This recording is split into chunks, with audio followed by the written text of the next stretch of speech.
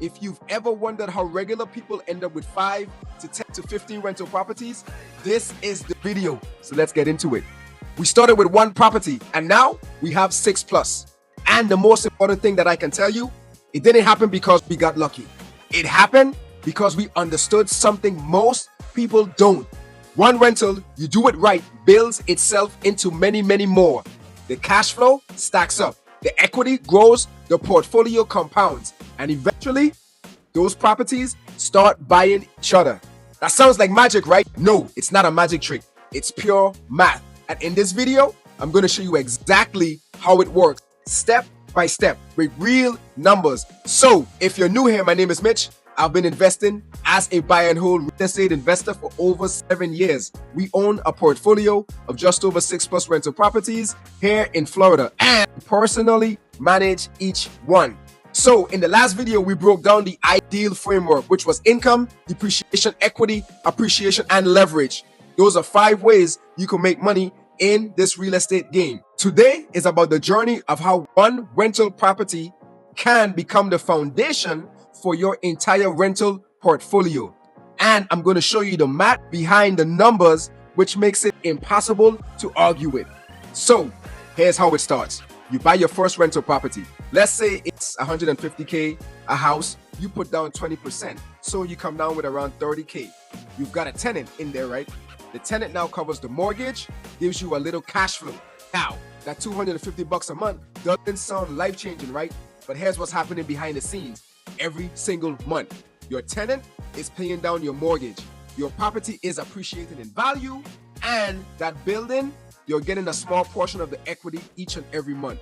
Let's not mention that you're getting a tax benefit. So everything is running behind the scenes all at the same time.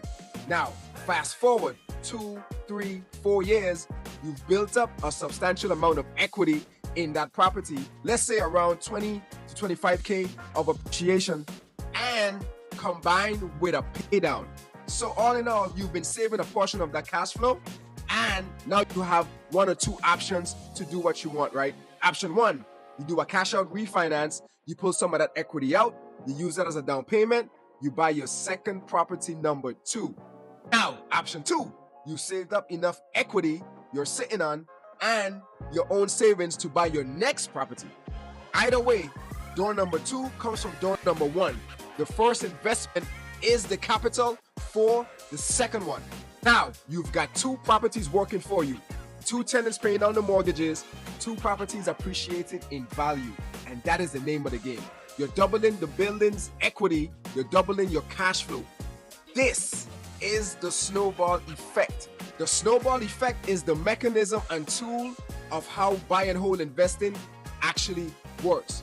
When you get a portfolio, that's how it's built. It's not overnight. It's not one big windfall. 1 property at a time, each helping fund the other. So let me show you the cash flow math, because this is where it gets 100% real.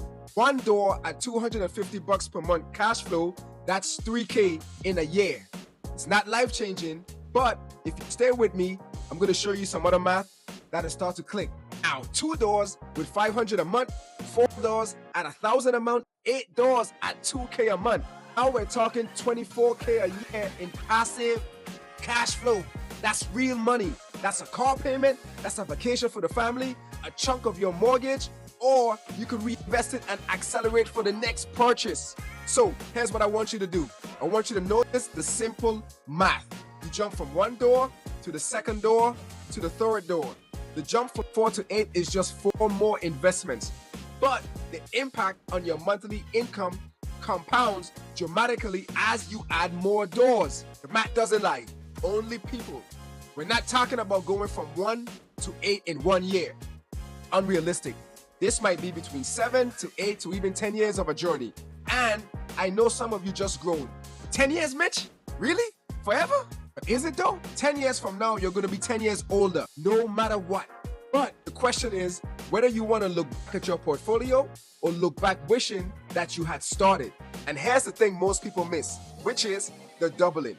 Now, don't get me wrong, the first investment is always the hardest. But by the time you're at 3 and 4, you have equity and you have cash flow. You have experience, you have pace, and you have consistency. The snowball gets heavier, it rolls faster and longer. So here's the thing about this business. Everyone wants to go from 0 to 100 overnight. It's just not true. You want to see the 10 property portfolio without seeing the 10 years it took to build it. That impatient is exactly how people get burnt. So here's the truth. I've seen it personally. People try to rush and then they get burnt. They over leverage, they skip the due diligence. They buy bad deals in bad markets because they're in a hurry to buy. And then one bad tenant, one bad repair, one market correction, and it all falls apart. But slow and consistent does work in your favor because each property you buy teaches you something about the next. Your first rental teaches you how to lease. Your second rental teaches you around screening tenants. By your third rental, you're confident. By your fourth rental, you've built systems. And by the time you've hit 5 or 6 doors, you're no longer scrambling. So here's a personal story. My first rental wasn't glamorous. I was nervous, 100%. I questioned and doubted myself. Am I doing this right? What if a tenant doesn't pay? So I had to change my mindset so that way I can be successful. And once the cash flow started to hit the accounts, I started to see the math. Math doesn't lie. Each one taught me something I couldn't have learned from a book or sitting down and not making moves. I had to actually do the work. By the time we got around 5 or 6 doors, we already had a system. We knew the market, we knew what to look for. We knew how to screen tenants and screen tenants effectively. We could handle just about any issues. We ran it like a business, not because I'm special, not because I started, not saying I wasn't inconsistent at times, but I allowed the math to work in our best interest and also gain knowledge along the way. And you can do the exact same thing. Start with one, build it right, allow the math to continue, and keep doubling every single year. Let's wrap it up quick. So here's what we covered today. 1. The snowball effect. Your first rental property builds equity and cash flow that funds the second one. Property 1 buys property 2. 2. The math of compounding doors. 1 door is $250 a month. 4 doors is $1,000 a month. 8 doors is $2,000 a month. The cash flow stacks up and the portfolio grows. By the time you look 12 months, it's $24,000. 3. Patience is strategy. Every door teaches you something about the next one. By door 3 or 4, you now have systems. By door 6, it runs like a business. Now here's what I want you to do. Drop me a comment below. What is your door count goal? Is it 5, 10, 20 doors? So in the next video, we're going to talk about how you don't need to be rich to start. There are real strategies that real people use today to get started with a rental without breaking the bank. And don't forget to hit the like and subscribe button if you haven't already done so.